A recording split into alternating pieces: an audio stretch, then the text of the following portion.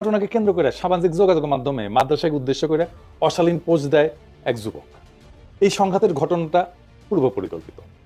পতিত আওয়ামী লীগের উস্কানি এবং সরাসরি অংশগ্রহণে এই ঘটনা ঘটছে। কিন্তু এই আলাউদ্দিন জেহাদি নামে এক লোক যে নাকি ওয়াস করে, দেখলাম দ্রুত হাটহাজারী বাস স্ট্যান্ডে যেতে উস্কানি দিচ্ছে যেন ওইখানে যে হামলা করা হয়।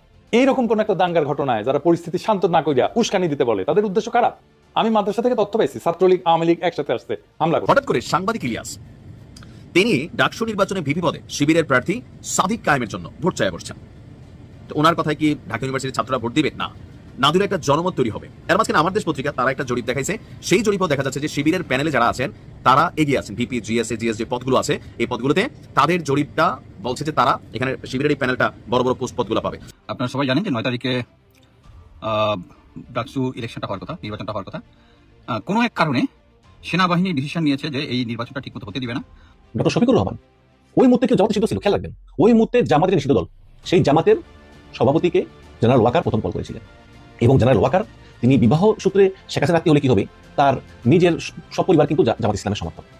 তো যেই জেনারেল ওয়াকারুজ্জামান তিনি প্রথম কন্টাক্ট করেছিলেন নিষিদ্ধ ঘোষিত দলের আমির ডক্টর শফিকুর রহমানকে, তিনি এখন তার যেই দুই ডেপুটি ব্রিগেডিয়ার শামস এবং ব্রিগেডিয়ার সেলিম আজাদ এই দুজনকে নিয়ে ডাকসু নির্বাচন ভণ্ডুল করবেন বলে বিভিন্ন লোকজন এই কথাগুলো ছড়ায়। দর্শক, আজকের এই ভিডিওটি দেখলে আপনারা রীতিমতো অবাক হয়ে যাবেন। আপনারা জানেন ইতিমধ্যে আওয়ামী লীগ সরকারের পতন হয়েছে। এখন ক্ষমতায় আছেন অন্তর্বর্তী সরকার ডক্টর মোহাম্মদ ইউনূস। অন্তর্বর্তী সরকারের মাননীয় উপদেষ্টা ডক্টর মোহাম্মদ ইউনূস থাকাকালীন দেশে কি কি ঘটনা ঘটে যাচ্ছে তা আপনাদের প্রমাণ সহকারে দেখাবো। চট্টগ্রামে দর্শনে জুলুসে পদদলিত হয়ে মারা গেছেন 2 জন, অনেক আহত হয়েছেন। আমি এই ঘটনায় গভীরভাবে মর্মাহত। নিহতদের পরিবারের প্রতি আমার সমবেদনা জানাচ্ছি। এই দুর্ঘটনার পিছনে আছে সংক্ষিপ্ত রোডম্যাপ, মানে নিরাপত্তার অজুহাতে রোডম্যাপ ছোট করে দিছে চট্টগ্রাম মেট্রোপলিটন পুলিশ। গত বছরে যে রোড দিয়ে গেছিল এই মিছিল, এই বছরে তার জায়গাটা কমায় দেওয়া হয়েছে। অল্প জায়গায় অনেক বেশি মানুষ একসাথে হয়, ভিড় চাপাচাপি বেশি হয়েছে। এটাই দাবি করছে সেখানে যারা ছিল। এইটা সাহেব, গত বছরের রোডম্যাপ আর এই বছরের রোডম্যাপটা একটু দেখেন না, দেখেন কত ছোট। এবারে আমি সবাইকে বলি যে যেটা রীতি, যেটা প্র্যাকটিস অনেকদিন ধরে চলে আসছে, সেটাতে হস্তক্ষেপ করবেন না। এই রোডম্যাপ অনেক আগে থেকে তৈরি, অনেক মানুষের, অনেক মুরব্বীর বিবেচনা এটা তৈরি হয়েছে, অনেক দিনের প্র্যাকটিসের পরে তৈরি হয়েছে। এটা কয়েকজন পুলিশ অফিসার বদলা দিতে পারে না। এই জায়গাটায় হাত দিয়েন না, অনেকবার বলি, রীতির মধ্যে হাত দিয়েন না। যাই হোক, এর মধ্যে ঘটছে আরেক ঘটনা। কি সেই ঘটনা? সকালে হাটহাজারী মাদ্রাসার সামনে দিয়া জসনে জুলুসের আসা গাড়ি লক্ষ্য করে পানি ছুড়ে মারার অভিযোগ ওঠে। এই ঘটনাকে কেন্দ্র করে সামাজিক যোগাযোগের মাধ্যমে মাদ্রাসাকে উদ্দেশ্য করে অশালীন পোস্ট দেয় এক যুবক। এই নিয়ে হাটহাজারী অঞ্চল রণক্ষেত্রে পরিণত হয়। ওই ছেলেকে গ্রেপ্তার করা হয়েছে। সে প্রকাশ্যে ক্ষমাও চাইছে। শোনেন। আসসালামু আলাইকুম। আমি ছোট মানুষ, আমার বয়স হচ্ছে 20 বছর। আমি না জেনে লেখা করে ছবি আপলোড দিয়েছে। আমি সবার কাছে প্রার্থনা করতেছি, সবাই আমাকে ক্ষমা করে দেবে। তাও সংঘাত ছড়াই পড়ছে। আমি যখন রেকর্ড করি সেই সময় হাটহাজারী মাদ্রাসার শিক্ষক এবং সেনাবাহিনীর তৎপরতায় হাটহাজারীর পরিস্থিতি নিয়ন্ত্রণে আসছে। গুরুতর আহত 20 জন ছাত্রকে চট্টগ্রাম মেডিকেল কলেজে পাঠানো হয়েছে। হাটহাজারী উপজেলা স্বাস্থ্য কমপ্লেক্সে আউটডোর সহ প্রায় 150 শতাধিক আহত ওইখানে চিকিৎসা নিয়েছে। ভয়াবহ অবস্থা।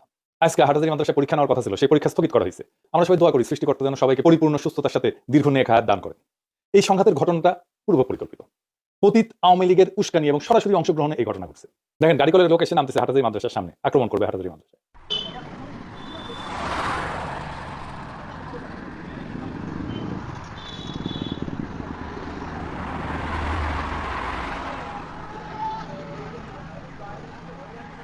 যদিও চট্টগ্রামে দুই পক্ষের মধ্যে ঐতিহাসিক দ্বন্দ্ব আছে, আমি সেটার বিস্তারিত যাব না। তবে বিগত বাকশালী আমলে সুন্নি কমিউনিটির অনেকেই আওয়ামী লীগের সহযোগী ছিল, তাদের সুবিধাভোগী ছিল। এই হাটহাজারী ঘটনার পরে আপনি দেখেন হারুন নিজার সহ দায়িত্বশীল অনেকেই খুব সুন্দরভাবে দুই পক্ষকে শান্ত থাকার অনুরোধ জানাইছে। কিন্তু এই আলাউদ্দিন জেহাদি নামে এক লোক যে নাকি ওয়াস করে, দেখলাম দ্রুত হাটহাজারী বাস স্ট্যান্ডে যেতে উস্কানি দিচ্ছে যেন ওইখানে হামলা করা হয়। এইরকম কোন একটা দাঙ্গার ঘটনায় যারা পরিস্থিতি শান্ত না করিয়া উস্কানি দিতে বলে তাদের উদ্দেশ্য খারাপ। আমি মাদ্রাসা থেকে তথ্য পাইছি ছাত্রলীগ আওয়ামী লীগ একসাথে আসতে হামলা করতে। এই যে আলাউদ্দিন জেহাদি যে ডাক দিচ্ছে সবাইকে, সে আসলে কে? আসেন একটু দেখি। সে একজন আওয়ামী লীগার। সে বলতেছে হাসিনার জন্যই ওয়াজ করতে পারতেছেন আপনারা। শুনেন। বঙ্গবন্ধু কন্যা আজকে আসে বিদায়, তোমরা শান্তি মতো যেখানে খুশি ওখানে মাহফিল করতে পারতেছো। আবার বলে 1000 বছরের শ্রেষ্ঠ বাঙালি বইলে মুজিব বন্দনায় কাইট হয়ে পড়ে যায়। শুনেন। 1000 বছরের শ্রেষ্ঠ বাঙালি, বীর বাঙালি বঙ্গবন্ধু শেখ মুজিবুর রহমান, তিনিও কিন্তু সুন্নি ছিল, ওয়াহাবি না। সে কিছুদিন আগে বলছিল যে প্রফেসর ইউনূস ইসরায়েলকে টাকা দিচ্ছে, সেটা আবার আওয়ামী লীগ ছড়াইছে অনলাইনে। দেখেন প্রধান উপদেষ্টা প্রেসিডেন্টকে সেটা বিবৃতি দিয়ে প্রতিবাদ করতে হয়েছে। আবার উল্টা নাকি সে নিজেই ইসরায়েলে গেছিল, যখন গাজায় হামলা চলতেছে তখন সে বলতেছে লাইভ করে আলাক্সার সামনে থেকে যে ইসরায়েলের সেনারা খুব হেল্পফুল, ভালো। দেখেন সেটা নিয়ে নিউজও হয়েছিল, অনেকে সেই সময় তার গ্রেপ্তারও চাইছিল।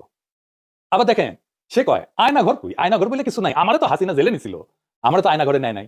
মানে মানুষ মনে করবে আরে সর্বনাশ, কঠিন বিপ্লবী, ফ্যাচি বিরোধী লড়াইয়ের কঠিন সৈনিক। শুনেন আগে কি বলে। তারা বলে খালি আয়না ঘরে ঢুকাইছে, এত আয়না ঘর কই ছিল? কত মানুষ জেল খাটলো, কেউ কইলো না আয়না ঘর আছে। আমিও তো জেলে গেছিলাম, আপনি কি জানেন না? আমিও তো জেলে গেছিলাম, আয়না ঘর আছে, এই খবর তো জানতাম না। তোরে হাসিনা কেন জেলে নিছিল জানেন? জানেন না? আল্লামা শফি হুজুরের নামে কটূক্তি করেছিল। এই জন্য দেখেন, মানে সে ঐতিহাসিকভাবে হাটহাজারির পিছনে লেগে আছে। এখন অবশ্য বিএনপি শেল্টার নিচ্ছে, দেখেন কি বলে বিএনপি নিয়ে। মানে বিএনপি আপনাদেরকে বলছি, ময়দান থেকে আওয়ামী লীগের সবাই এখন আপনাদেরকে সরানোর একটা পায়তারা চলতেছে, বিভিন্ন ষড়যন্ত্র চলতেছে আপনাদেরকে বিতর্কিত করার জন্য। সুন্নি কমিউনিটির ভাইদের বলবো, পতিত লীগের লেসপেন্সারদের খপ্পরে পড়েন না ভাইরা। আলাউদ্দিন জিয়াদির কার্যক্রম এভাবে সামনে আসবে, আজ হোক কাল হোক, সে কে মানুষ জানতে পারবে। চট্টগ্রামে এবারে জশ্ন জুলিসে এনসিপি, জামাত, বিএনপি, আপ বাংলাদেশ সবাই অংশ নিছে। খুবই ভালো হয়েছে এটা, অনেক উৎসাহ উদ্দীপনা নিয়ে সবাই গেছে। আমরাও খুব তাকাইছিলাম যে এটা খুব ভালো একটা অনুষ্ঠান হইতেছে। তো সবার এইরকম একটা পদক্ষেপকে এড়াই যায় হাটহাজারিতে হামলা করা মানে অন্য কারো হয়ে কাজ করা। আগামী পরশুদিন ডাকসু নির্বাচন, ঢাকা বিশ্ববিদ্যালয় ছাত্র সংসদ নির্বাচন এবং স্বৈরাচার পতনের পরে এই নির্বাচন নিয়ে মানুষের ভিতরে অত্যন্ত উৎসাহ উদ্দীপনা। আমরা জানি যে শেখ হাসিনার আমলে মাত্র একবারই ডাকসু নির্বাচন হচ্ছিল এবং সেই নির্বাচনে প্রায় 11,000-এর মতো ভোট পেয়ে ভিপি নির্বাচিত হয়েছিলেন নুরুল হক নূর, যিনি বর্তমানে অসুস্থ, এবং দ্বিতীয় হয়েছিলেন ছাত্রলীগের সভাপতি রেজওয়ানুল হক, সবার সম্ভবত নাম। তো যাই হোক, ওই হিসাব ভিন্ন। এখন হাসিনা পালিয়েছে, একটি নতুন যুগে আমরা প্রবেশ করেছি এবং সেই সময়ে এই ডাকসু নির্বাচন নিয়ে অত্যন্ত উৎসাহ উদ্দীপনা লক্ষ্য করতেছি। এবং বিভিন্ন প্যানেল জরিপ প্রকাশ করেছে, সেখানে দেখিয়েছে যে ছাত্র শিবিরের সাদিক কাইয়ুম তিনি সবার চেয়ে এগিয়ে, এবং বিভিন্ন জরিপ দেখিয়েছে ভিপি প্রার্থী পদে শিবিরের সাদিক কাইয়ুম সবার চেয়ে এগিয়ে, বিভিন্ন জরিপ বলতেছে। এবং আপনারা জানেন যে এই সাদিক কাইয়ুম তার কিন্তু এই জুলাই আন্দোলনে একটা বড় ভূমিকা ছিল, তিনি নিরাপত্তা থেকে সবাইকে সহযোগিতা করেছেন। এই জুলাই আন্দোলন কিন্তু কারো একাকৃতিত্ব না, এটা আমি বারে বলি, কিন্তু সেখানে অন্যদের সঙ্গে সাদিক কাইয়ুমের একটা ছোট্ট পার্ট ছিল। তো এই সাদিক কাইয়ুম তিনি বিপ্লবের পক্ষের শক্তি এবং তিনি ছাত্র শিবিরের নেতা এবং একজন সৎ লোক হিসাবে তার অত্যন্ত সুনাম জনপ্রিয়তা আছে, এবং অন্যান্য যারা আছে তারাও ভালো। মোটামুটি আসলে এই ঢাকা বিশ্ববিদ্যালয় ছাত্র সংসদ নির্বাচনে যারাই অংশগ্রহণ করতেছেন সবাই মোটামুটি ক্লিন ইমেজের। আর বিএনপি যারা আছেন তারাও কিন্তু ক্লিন ইমেজের। যারা ঢাকা বিশ্ববিদ্যালয়ে পড়ে তারা কিন্তু আমার চেয়ে অনেক মেধাবী। আমি কিন্তু ঢাকা বিশ্ববিদ্যালয়ে ভর্তি পরীক্ষা দিয়ে উত্তীর্ণ হতে পারি নাই, আপনাদেরকে বলি, পারি নাই। পরে ঢাকা কলেজে চান্স পেয়েছি এবং জগন্নাথে চান্স পেয়েছি। তো পরে জগন্নাথে ভর্তি হয়েছি, ঢাকা কলেজে ভর্তি হয়নি। ঢাকা বিশ্ববিদ্যালয়ের একজন ছাত্র বা ছাত্রী তারা আমার চেয়ে অনেক জ্ঞানী। তারা কাকে ভোট দিবে, কাকে ভোট দিবে না, এটা কি তাদের চেয়ে বেশি বুঝবে কিছু ইউটিউবার? দেশ থেকে বিদেশ থেকে নসিহত করা হচ্ছে যে অমুক প্রার্থীকে ভোট দিন, অমুক প্রার্থীকে ভোট দিন, অমুক প্রার্থীকে ভোট দিয়ে এটা করুন। আমার কাছে অবাক লাগে। ঢাকা বিশ্ববিদ্যালয়ে যেসব ছাত্ররা পড়ে সেই সব ছাত্রছাত্রীদেরকে পরামর্শ দিচ্ছে কিছু ইউটিউবার যারা জীবনেও বিশ্ববিদ্যালয়ের বারান্দা দিয়ে হাঁটে নাই। এখন আবার নতুন কিছু কথা হচ্ছে। আমার মনে হয় যে জেনারেল ওয়াকারের ধৈর্যের পরীক্ষা চলতেছে। মানে তুমি চুপ কেন? এই যে দেখেন, যত যা গুজব ছড়ানো হয় ওয়াকার কিন্তু একদম চুপ, তিনি কোনো কথা বলেন না। এই জন্য গুজববাজদের কথা হলো যে তুমি চুপ কেন, তোমার নামে আমরা এমন এমন জঘন্য কথা বলবো, তোমার কথা বলতেই হবে, আর যদি না বলো আরো জঘন্য গুজব ছড়াবো, তারপরে তোমার মুখ থেকে আমরা কথা বের করবো, আরো জঘন্য গুজব ছড়াবো। মানে ওয়াকারের ধৈর্যের পরীক্ষা চলতেছে। আচ্ছা, আপনার কি মনে হয় যে ঢাকা বিশ্ববিদ্যালয়ে ছাত্র সংসদ নির্বাচন একটা ছোট নির্বাচন, এটাতে কারো মাথা ব্যথা আছে? ভারতের র কি খেয়ে দেয় কোনো কাম নেই? হ্যাঁ, র অ্যাক্টিভ আছে বড় পরিসরে, এইসব ছোটখাটো পরিসরে থাকার কথা না। এবং যেই জেনারেল ওয়াকার তিনি হাসিনা পালিয়ে যাওয়ার পর সবার আগে যাকে কল করেছিলেন তিনি হচ্ছেন জামাত ইসলামের আমির ডক্টর শফিকুর রহমান। ওই মুহূর্তে কেউ জামাতে নিষিদ্ধ ছিল, খেয়াল রাখবেন, ওই মুহূর্তে জামাতের নিষিদ্ধ দল, সেই জামাতের সভাপতিকে জেনারেল ওয়াকার প্রথম কল করেছিলেন। এবং জেনারেল ওয়াকার তিনি বিবাহ সূত্রে শেখ হাসিনা নাতি হলে কি হবে, তার নিজের সব পরিবার কিন্তু জামাত ইসলামের সমর্থক। তো যেই জেনারেল ওয়াকারুজ্জামান তিনি প্রথম কলটা করেছিলেন নিষিদ্ধ ঘোষিত দলের আমির ডক্টর শফিকুর রহমানকে, তিনি এখন তার যেই দুই ডেপুটি ব্রিগেডিয়ার শামস এবং ব্রিগেডিয়ার সেলিম আজাদ, এই দুজনকে নিয়ে ডাকসু নির্বাচন ভণ্ডুল করবেন বলে বিভিন্ন লোকজন এই কথাগুলো ছড়াচ্ছে। এটা কি আপনাদের বিশ্বাসযোগ্য? দেখুন, জামাত ইসলাম নিয়ে আমার অবস্থান হচ্ছে যে তারা 71 সালে যাই করেছে বা না করেছে, বর্তমানে তারা দেশপ্রেমিক, এবং তারা যদি ঢাকা বিশ্ববিদ্যালয়ের ভিপি হয় বা এই দেশেরও প্রধানমন্ত্রী হয়, আমি মনে করি যে তারা দেশটা ভালোভাবে চালাবে। এটা আমার কোনো সন্দেহ নেই, তারা সৎ। কিন্তু যে জেনারেল ওয়াকার তিনি সেনাবাহিনীর প্রধান হয়ে গণতন্ত্রের পক্ষে, তিনি বারে বারে বলতেছেন ডিসেম্বরে ইলেকশন হতে হবে, না হলে দেশটা অরাজকতার দিকে যাবে, এবং তাই কিন্তু যাচ্ছে। তাহলে তিনি কেন, যে ঢাকা বিশ্ববিদ্যালয় ছাত্র সংসদ একটা গণতান্ত্রিক ভাবে তাদের ভিপি পেতে যাচ্ছে, তাতে তিনি কেন বাধা দিবেন? এবং এই যে শামস এবং সেলিম আজাদের কথা বলা হচ্ছে, হ্যাঁ, এদের সব কর্মকাণ্ড যে সবার ভালো লাগবে তা না। এই দুইজনই কিন্তু সেই হাসিনা পলায়নের আগে যখন জেনারেল ওয়াকার তিনি ডিসিশন নিতে চান যে আসলে তিনি গুলি চালাবেন না, শেখ হাসিনার কথা না শুনলে কিন্তু সমস্যা, একজন সেনাপ্রধান প্রধানমন্ত্রী নির্দেশ অমান্য করলে কিন্তু শাস্তি ফাঁসি, আর দ্বিতীয়ত কিন্তু হাজার হাজার মানুষ মারা যাবে। এই সব যখন তিনি কনফিউশনে ছিলেন তখন এই সেলিম আজাদ এবং শামস তাকে উৎসাহ জুগিয়েছেন। এবং এই দুজনের বিরুদ্ধে কিন্তু হাসিনার আমলে যে গুম খুনের সবাই কোনো অভিযোগ নেই। তো এই শামস এবং সেলিম আজাদ তারা এখনো সেনাপ্রধানের পাশে আছেন, এবং এটাই কিন্তু কিছু মহল পছন্দ করতেছে না। কিছু মহল চাইছিল যে সেনাবাহিনীকে নিয়ন্ত্রণ করতে পরোক্ষভাবে, কিন্তু সেটা ওয়াকার দিচ্ছেন না, ওয়াকার কারো না গলা পছন্দ করতেছে না, নিজ ডিসিশন নিচ্ছেন। এখন কিছু ভুল আছে, যেমন ব্রিগেডিয়ার শামস তাকে দায়ী করা হয় নুরুল হকের উপর হামলায়। এখন এটা কেন করেছেন তিনি ভালো জানেন। এখন তাদের যুক্তি হয়তো আছে, যুক্তি হচ্ছে এরকম যে নূর তাদের অফিসের সামনে বসে যে সংবাদ সম্মেলন করার সময় আমরা হামলা চালিয়েছি, সেখানে নূর আসলে জাতীয় পার্টি অফিসের দিকে লং মার্চে ঘোষণা দিতেন, আমরা জানতাম। যুক্তি আছে, বা যত যুক্তি থাকে একটা লোককে হয় কিন্তু মারতে পারে না। সেখন জীবন মৃত্যু সন্ধিক্ষণে শর্ট টার্ম মেমোরি লস হচ্ছে, রক্তক্ষরণ হচ্ছে, এসব তো হচ্ছে। কিন্তু এটা কোনোভাবেই সত্যি নয় যে সেনাবাহিনী ডাকসু নির্বাচন প্রতিহত করতে চায়, কারণ সেখানে জামাত ইসলামের প্রার্থী সাদিক কাইয়ুমের জয়লাভের সম্ভাবনা বেশি। এবং এই সাদিক কাইয়ুমের জয়লাভের সম্ভাবনা বেশি, এটা বিভিন্ন জরিপে উঠে এলেও আমি মনে করি যে সাদিক কাইয়ুম জিতলেও তিনি সামান্য ব্যবধানে জিতবেন। জরিপ সবসময় সত্য হয় না। ছাত্র দলের যে প্রার্থী আছেন তারও আকাশচুম্বী জনপ্রিয়তা আছে, ফাতেমা আছে, তারপরে বাকশাস আছে, তারপরে এই এনসিপি আছে। যাই হোক না কেন, সবচেয়ে বেশি জনপ্রিয়তা সাদিক কাইমের কোনো সন্দেহ নেই। আমি মনে করি সাদিক কাইয়ুম তিনি একজন যোগ্য ভিপি হবেন, কোনো সন্দেহ নেই। এবং নুরুল হক নূর ভিপি হলেও তিনি কাজ করতে প্রতি পদে পদে সমস্যার সম্মুখীন হচ্ছিলেন, ছাত্রলীগ কর্তৃক বাধাপ্রাপ্ত ছিলেন। কিন্তু বর্তমানে সাদিক কাইয়ুম জিতলে তিনি স্বাধীনভাবে কাজ করতে পারবেন। এই গণরুম, গেস্ট রুম, তারপরে অত্যাচার এগুলো থাকবে না। এখন দেখেন, জেনারেল ওয়াকারের বিরুদ্ধে কিন্তু পরিকল্পিত একটা গুজব চলতেছে। এর সামান্য কিছু সত্যতা আছে। যেমন জেনারেল ওয়াকার কিন্তু আসলেই চান যে যারা গুম খুনের জন্য দায়ী বা গণহত্যার সঙ্গে জড়িত যে 22 জন, তাদের বিচারটা সামরিক আইনে হোক। কারণ সামরিক আইনে হলে একটু শাস্তি একটু কম হয় আর কি, সম্ভবত। এটা সত্য, এবং এটা নিয়ে তিনি দেন দরবার করেছেন যে সত্য সেটা বলতেছি, কারণ গুজব তো বলে লাভ নেই। গুজব যারা ছড়ায় তারা আজব কালো ধরা পড়ে যায়। এর বাইরে কিছু না। General Waker BNP first the post চায় নাকি জামাত পিআর চায়, এগুলো নিয়ে সেনাবাহিনীর কোনো মাথা ব্যথা নেই। সেনাবাহিনী এগুলো কোনো মাথাও ঘামায় না।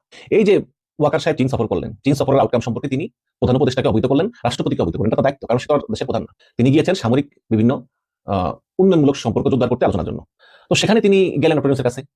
ওই একটা মহিলা আছে বিদেশ থেকে, ফেসবুক করে সে ইউটিউবে বলতেছে 3টা শর্ত দিয়েছেন সেনাপ্রধান ডক্টর ইউনূসকে, 3টা শর্ত। আবার কিছু কিছু ইউটিউবার বলতেছে সেনাপ্রধান রাষ্ট্রপতির কাছে গিয়ে বলেছেন জরুরি অবস্থা ঘোষণা করার জন্য।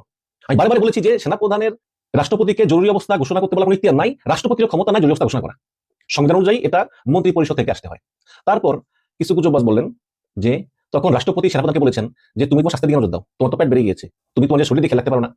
এগুলো কোনো বাস্তব কথা, আপনার বিবেকের কাছে প্রশ্ন করুন। এগুলো কোনো বাস্তবযোগ্য কথা, এগুলো কোনো বাস্তবতা আছে সে কথা। তারপরে আবার বলেন যে সেনাপ্রধান বিচারপতির কাছে গিয়েছিলেন তত্ত্বাবধায়ক সরকারের বিষয়ে আলোচনা করার জন্য, যাতে সৈয়দ রেফাত আহমেদ নিজেই তত্ত্বাবধায়ক সরকার হন এবং জেনারেল ওয়াকার পরোক্ষভাবে ভূমিকা পালন করতে পারেন, যে কারাগার উপদেষ্টা হবেন। সেনাপ্রধান মূলত গিয়েছিলেন যে এই অভিযুক্ত সেনা কর্মকর্তাদের বিচার এটা সামরিক আইনে হবে নাকি সিভিল আইনে হবে, এটা সম্বন্ধে পরামর্শ নেওয়ার জন্য। এটা আইনি পরামর্শ, এর বাইরে কিছু না। কিন্তু এগুলোকে পরিকল্পিতভাবে জেনারেল ওয়াকারের বিরুদ্ধে এইসব চালানো হচ্ছে। তাকে বলা হয় ভারতের এজেন্ট। আচ্ছা, ভারতের সঙ্গে আমাদের জোর থাকবে না? নাই। ইউনূস ক্ষমতা আসার পরে ভারতের সঙ্গে আমাদের ব্যবসা কমেছে? কমে নাই তো। এই যে কিছুদিন আগে আমরা বিপুল পরিমাণে চাল কিনেছি, প্রচুর আমদানি হচ্ছে, জায়গায় জায়গায় সহযোগিতা কিন্তু হচ্ছে। আদানির টাকা কিন্তু হাসিনা দিতে আটকে রাখতো, ডক্টর ইউনূস সব ক্লিয়ার করে দিয়েছে। ভারত আমাদের বন্ধু না, শত্রু না, প্রতিবেশী। যে জায়গায় সম্পর্ক রাখা করতে রাখতে হবে। ভারতের সেনাপ্রধান ওয়াকারকে ফোন করে, পাকিস্তানের সেনাপ্রধান ওয়াকারকে ফোন করে, মিয়ানমারের সেনাপ্রধান ওয়াকারকে ফোন করে। ওয়াকারুজ্জামান সবার সঙ্গে সম্পর্ক বজায় রাখে কার সাথে? বাংলাদেশের সাথে। এবং তার কাছে সবচেয়ে বড় হচ্ছে বাংলাদেশ। এবং জেনারেল ওয়াকার ভালো করেই জানে যে হাসিনা ফিরে এলে তাকে বিপদে করতে হবে। অলরেডি হাসিনা সাবেক মন্ত্রীরা বিভিন্ন নিষেধাজ্ঞা করে ওয়াকারের বিরুদ্ধে, ওয়াকার মেরুদণ্ডহীন, ওয়াকারের কারণে আমাদের এই অধপতন, এই বিভিন্ন কথা। এগুলো কি ওয়াকার জানে না? জানে। কিন্তু একটা কথা তুমি বলতে পারি, জেনারেল ওয়াকার সেনাপ্রধান হয়েও সে গণতন্ত্রের পক্ষে। সে চেষ্টা করবে যাতে ডাকসু নির্বাচন সফলভাবে সম্পন্ন হয়। ওয়াকার চেষ্টা করবে যাতে ফেব্রুয়ারি নির্বাচন, সাধারণ নির্বাচন, সেটা সফলভাবে সম্পন্ন হয় এবং নির্বাচিত সরকার ক্ষমতা গ্রহণ করে। তাহলেই ওয়াকার তার সেনাবাহিনীকে ব্যারাকে ফিরিয়ে নিতে পারবে এবং দেশের আইনশৃঙ্খলা পরিস্থিতি স্বাভাবিক হয়ে যাবে। এটাই হচ্ছে ওয়াকারের চাওয়া। এখন দর্শক, আপনাদেরকে আল্লাহ বিবেক দিয়েছে, বুদ্ধি দিয়েছে, চোখ দিয়েছে দেখার, কান দিয়েছে শোনার, সবকিছু বিশ্বাস করবেন না। আপনারা সবাই জানেন যে 9 তারিখে ডাকসু ইলেকশনটা হওয়ার কথা, নির্বাচনটা হওয়ার কথা। কোনো এক কারণে সেনাবাহিনী ডিসিশন নিয়েছে যে এই নির্বাচনটা ঠিকমতো হতে দিবে না। সো ডাইরেক্টর মিলিটারি ইন্টেলিজেন্স যিনি আছেন, আরেকটা হচ্ছে ডাইরেক্টর ডিএমআই এবং কমান্ড আর্মি সিকিউরিটি ইউনিট, তারা প্ল্যান করেছে এবং কিছু ক্যাডার টাইপ লোকজনকে ইউনিভার্সিটি এলাকায় পাঠিয়েছে গন্ডগোল পাকানোর জন্য। তারা হয়তোবা ভোর রাতে বা ভোরের দিকে কোনো একটা ক্রাইসিস তৈরি করবে ক্যান্টনমেন্ট ঢাকা ইউনিভার্সিটির ভিতরে, হ্যাঁ। এবং তারা মিলে এটা করে তারপর যাতে বেসিক্যালি তাদের প্ল্যান হচ্ছে ডাকসু ইলেকশনটা ভজঘট করা এবং ফাইনালি তাদের মেইন এইম হচ্ছে ফেব্রুয়ারি ইলেকশনটা তারা হতে দেবে না। যেহেতু বর্তমানে একটা ক্রাইসিস সিচুয়েশন চলতেছে, আমরা সবাই জানি যে জেনারেল ওয়াকার এবং প্রফেসর ইউনূসের মধ্যে একটা টানাপোড়েন চলতেছে এবং এটা খুব কনফার্ম নিউজ যে সেনাবাহিনীর ভিতরে অ্যাকচুয়ালি জুনিয়র অফিসার, সৈনিক, তারা বর্তমানে পাবলিকের সেনাবাহিনীর প্রতি যে পারসেপশন যেটা আছে, এইটার মূলত কারণ যে জেনারেল ওয়াকার এটা তারা রিয়েলাইজ করেছে যে 20-25 জন গুম খুনের সাথে জড়িত জেনারেল আছে, তাদের জন্য হোল মিলিটারি কেন সাফার করবে, হোল সেনাবাহিনী কেন সাফার করবে। আমরা কেউই সেনাবাহিনীর এগেইনস্টে বলতেছি না, বাট তারা প্রোভাইড করতেছে আমরা সেনাবাহিনীকে আন্ডারমাইন করতেছি। আমরা কখনোই সেনাবাহিনীকে আন্ডারমাইন করতেছি না। জেনারেল ওয়াকার রিসেন্টলি আমি একটা পোস্টে জানিয়েছি যে তার সিকিউরিটি পেরিমিটার, আউটার পেরিমিটারটা অনেক বৃদ্ধি করেছে, যাতে সে ভয় পাচ্ছে যে সেনাবাহিনীর ভিতরে কোনো একটা অংশ যারা জেনারেল ওয়াকার যে ভুল যেগুলো করতেছেন, যারা তার সাথে যে ভারতের কানেকশন আছে, এটা এখন মোটামুটি সবাই জানে, দেশের লোকজন জানে, সৈনিক অফিসার সবাই জানে। সো জুনিয়র অফিসাররা এই ব্যাপারে অত্যন্ত বিক্ষুব্ধ এবং এই কারণেই জেনারেল ওয়াকার দৃশ্যত যে তার যে আউটার পেরিমিটার আছে এগুলো বৃদ্ধি করেছে। সো এখন উনি কাজে লাগাচ্ছে তার যে দুজন সবচেয়ে বিশ্বস্ত হচ্ছে ব্রিগেডিয়ার সেলিম আজাদ ডিএমআই, আরেকজন হচ্ছে ব্রিগেডিয়ার জেনারেল শামস। এই দুজন মোটামুটি জেনারেল ওয়াকারকে যত ধরনের দুষ্ট বুদ্ধি আছে, সো যাকে তাকে চেঞ্জ করে, এই দুজন যদি চেঞ্জ না হয় তাহলে অ্যাকচুয়ালি কোনো আমাদের লাভ নেই। আপনারা একটা চিন্তা করে দেখেন যে আমরা সবাই মেজর সাদেকের কেসটা জানি। এই মেজর সাদেক 198 দিন অ্যাবসেন্ট ছিল। আর্মিতে আমরা যেটা বুঝি 198 দিন অ্যাকচুয়ালি অ্যাবসেন্ট থাকার কোনো সুযোগ নাই। সেনাবাহিনীর যে গোয়েন্দা সংস্থা আছে 2 লেয়ারের গোয়েন্দা সংস্থা আছে, যদি ডিজিএফআই ধরি এটা হচ্ছে 3 লেয়ার। কারণ প্রত্যেকটা ক্যান্টনমেন্টে ফিল্ড ইন্টেলিজেন্স ইউনিট আছে, যেটা জিওসি ইন্টেলিজেন্স, যেটা আর্মি সিকিউরিটি ইউনিট, যেটা হচ্ছে সেনা প্রধানের ইন্টেলিজেন্স, আর একটা হচ্ছে ডিজিএফআই, যেটা হচ্ছে প্রধানমন্ত্রী বা প্রধান উপদেষ্টার ইন্টেলিজেন্স। সো এই ইন্টেলিজেন্স ব্রাঞ্চগুলোকে ফাঁকি দিয়ে মেজর সাদিকের এটা সম্ভবই না। সো সম্ভব হয়েছে কি জন্য? কারণ এই ব্রিগেডিয়ার জেনারেল শামস এবং ইন্টেলিজেন্স যারা চোখ বন্ধ করেছিল, অথবা আমরা ধরে নিতেই পারি জেনারেল ওয়াকার অ্যাকচুয়ালি তার ইনস্ট্রাকশনে রয়েছে, এবং তারাই এই আওয়ামী লীগের ট্রেনিংটা দিয়েছে। এবং অ্যাকচুয়ালি মেজর সাদেক এবং পরবর্তীতে আরেকটা জিনিস খেয়াল করি যে ব্রিগেডিয়ার আশার যে কেসটা, এই কেসটা ব্রিগেডিয়ার আশাফুজ্জামান আশাকে কিন্তু অলরেডি চাকরি থেকে বরখাস্ত করা হয়েছে এবং ডিউ কারণে। এবং এই জিনিসটা যখন সাংবাদিক ইলিয়াস হোসেন যখন জানিয়েছিল, আর্মি সিকিউরিটি ইউনিটের ব্রিগেডিয়ার শামসকে কিন্তু জানিয়েছিল, সে এই জিনিসটা কিন্তু খুব ঠান্ডা মাথায় টেক কেয়ার করতে পারতো, তাহলে এটা পাবলিক হতো না। কিন্তু সে কি করেছে, 2 জন অফিসারকে পাঠিয়েছে ওই মুরাদের ওয়াইফের কাছে, এবং এটা একটা বিচ্ছিরি একটা সিচুয়েশন করছে, এবং এখন এই সিচুয়েশনটা দেশে সবাই জানে, এবং এটার জন্য আর্মি আন্ডারমাইন্ড হচ্ছে। আবার এবার আসে হচ্ছে নূরের কেসটাকে আসে, এই যে ভিপি নূরকে যে পিটানো, এইটা একদম প্ল্যান করে এই ব্রিগেডিয়ার শামস জিনিসটা করেছে। আমি যতদিন সেনাবাহিনীতে চাকরি করেছি, আমি 3 বার আর্মি সিকিউরিটি ইউনিটে চাকরি করেছি, এই 3 বার আমি কখনো দেখিনি আর্মি সিকিউরিটি কোনো পলিটিক্যাল জায়গায় ইনভলভ হয়। আর এখানে দেখেন যে পলিটিক্যাল জায়গা হচ্ছে প্রতিটা পলিটিক্যাল জায়গা, এই যে নূরের সাথে ফোনে আলাপ থেকে শুরু করে যত ধরনের ক্রাইসিস আছে তাদেরকে পিটানো। এবং আমরা সবাই দেখেছি নূর তখন তার অফিসে, নিজের অফিসের ওখানে একটা প্রেস কনফারেন্স করতেছিল। সে কোনো থ্রেট কিন্তু হ্যাঁ বলেছে সে মার্চ করবে জাতীয় পার্টির অফিসের দিকে, কিন্তু সে কিন্তু শুরু করে নাই আনপ্রোভোকড অ্যাটাক, যেটা সেনাবাহিনী কখনোই করে না। এটা করেছে কি জন্য? এই এই ব্রিগেডিয়ার শামসের ফোনের তাকে থ্রেট দেওয়ার পরে, এবং এটা অ্যাকচুয়ালি পাবলিককে দেখাতে চেষ্টা করছে যে তোমরা যদি কোনো এই ধরনের কোনো কিছু জমায়েত করার চেষ্টা করো, সেনাবাহিনী করবে না। বাট ইটস নট সেনাবাহিনী, ইটস স্পেসিফিক কিছু সেনা অফিসার যারা গুম খুন ইয়ার সাথে জড়িত। এবং ব্রিগেডিয়ার শামস শুরু থেকে শেষ পর্যন্ত এখন প্রতিটা কেসে দেখা যাচ্ছে এই ব্রিগেডিয়ার শামস এই জেনারেল ওয়াকারকে সাপোর্ট দিয়ে যাচ্ছে, এবং তার অ্যাডভাইসে কিন্তু তার সিকিউরিটি সে তো নিজেই ফিডব্যাকটা নিয়েছে যে অফিসার সৈনিকদের মধ্যে তার এখন জনপ্রিয়তা না, এবং তারা খুবই বিক্ষুব্ধ যে দেশের মানুষ সেনাবাহিনীকে এখন এই অশ্রদ্ধা ভরে স্মরণ করতেছে কি জন্য? জেনারেল ওয়াকারের জন্য। কারণ তিনি ওই যে গুম খুনের সাথে জড়িত 20-25 জন জেনারেলকে বাঁচানোর চেষ্টা করতেছে, এবং এটার জন্যই কিন্তু বর্তমানে প্রফেসর ইউনূস সরকারের যে টানাপোড়েন, সে জেনারেল ওয়াকার কিন্তু এখন পর্যন্ত 3 বার গিয়ে আশ্বাস দিয়েছে যে উনি সরকারকে প্রতিবারই উনি বলেছে যে তিনি বিশ্বস্ত তার প্রতি এবং তাকে সম্পূর্ণ সাপোর্ট দিবেন। কিন্তু একটার পর একটা লাস্ট আমরা কি দেখলাম, উনি প্রধান বিচারপতির কাছে গিয়েছিল, প্রধান বিচারপতি টোপ দেওয়ার জন্য যে আপনি তত্ত্বাবধায়ক সরকারের প্রধান হবেন, তার মানে হতো ওইটা যদি করতে পারতেন, তাহলে উনি তত্ত্বাবধায়ক সরকারের প্রধান যদি রাজি হয়ে যেত, তাহলে উইথ ফোর্স তখন বাকি যারা উপদেষ্টা হতো তার নিজের চয়েস মতো হতো। একটা সাইলেন্ট কু, লিগালি প্রধান বিচারপতির মাথায় মাথায় কাঁঠাল ভেঙে তখন খাইতো। জিনিসটা সফল হয় না। এখন তারা এখন যে জিনিসটা করতেছে সেটা হচ্ছে ওই যে আমরা যেটা দেখেছি এস আলম গ্রুপের কত 2,500 কোটি টাকা কত টাকা ছাড় করেছে শুধু বাংলাদেশ সিচুয়েশন ম্যানেজ করার জন্য। এই টাকাগুলোর জন্য এখন দেখেন ঢাকায় হঠাৎ করে আওয়ামী লীগের মিছিল বের হচ্ছে।